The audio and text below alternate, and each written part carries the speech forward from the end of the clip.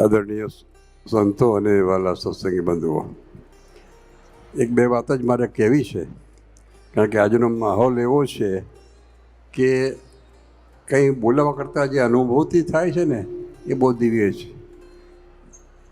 પણ મારે થોડી અનટ્રોલ સ્ટોરી કહેવી છે કે જ્યારે ધર્મજીવન સ્વામી હું અહીં આવતો હતો ત્યારે મૂર્તિ કરશનભાઈ ઝીણા દ્વારા મને મોકલી હતી. અને મારી ઉંમર ને એમની ઉંમરમાં બહુ ફેર હતો, એજ ડિફરન્સ બહુ હતો. એટલે Karshanbhai was acting as a medium, એમને કોમ્યુનિકેશન તરીકે. અને મને મૂર્તિ મોકલી અને સારી રીતે મૂર્તિ આપણે અહીં પધરાવી. પછી જ્યારે અમે પાછા ગયા ત્યારે એમને બોલાવીને ધર્મજીવન સ્વામીએ બધું પૂછી, આખો અહેવાલ પૂછ્યો. અને પૂછ્યા બાદ એમને એટલો સંતોષ થયો અમને કે એમને થયું કે હવે હું ધામમાં જઉં તો મને વાંધો નથી, મારી ઈચ્છા પૂરી થઈ ગઈ છે. આ જૂની વાત છે બધી. અને હું તો બહુ નાની ઉંમર હતી મારી, તો બાપુજી મને વાત કરે કે આ ભુજના મહંત છે ને એમને ઇંગ્લિશ આવડે છે, એટલે તમારે એમની સાથે ઇંગ્લિશમાં વાત કરવી. બહુ મારી નાની ઉંમર હતી.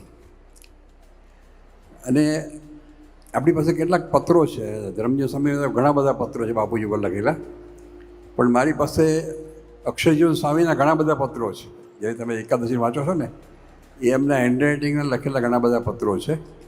પુરુષોત્તમજી મહારાજ ઉપર લખેલા પત્રો છે. અને એક પત્ર બહુ ઇન્ટરેસ્ટિંગ છે, લગભગ 100 વર્ષ પહેલાંનો છે, કે એ વખતે પ્લેગનો રોગ આવ્યો હતો. અને એ પત્રમાં સ્વામીએ પુરુષોત્તમજી મહારાજે લખ્યું છે કે મારે આપણા દર્શને અમદાવાદ આવવું છે, પણ અત્યારે અમદાવાદના રેલવે સ્ટેશન ઉપર ક્વોરન્ટાઇન ચાલે છે.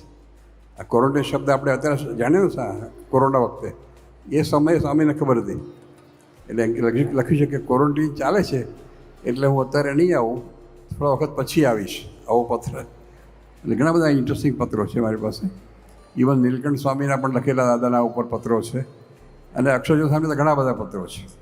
એટલે અમારું એક ટ્રેઝર છે, એક સ્મૃતિ છે. અને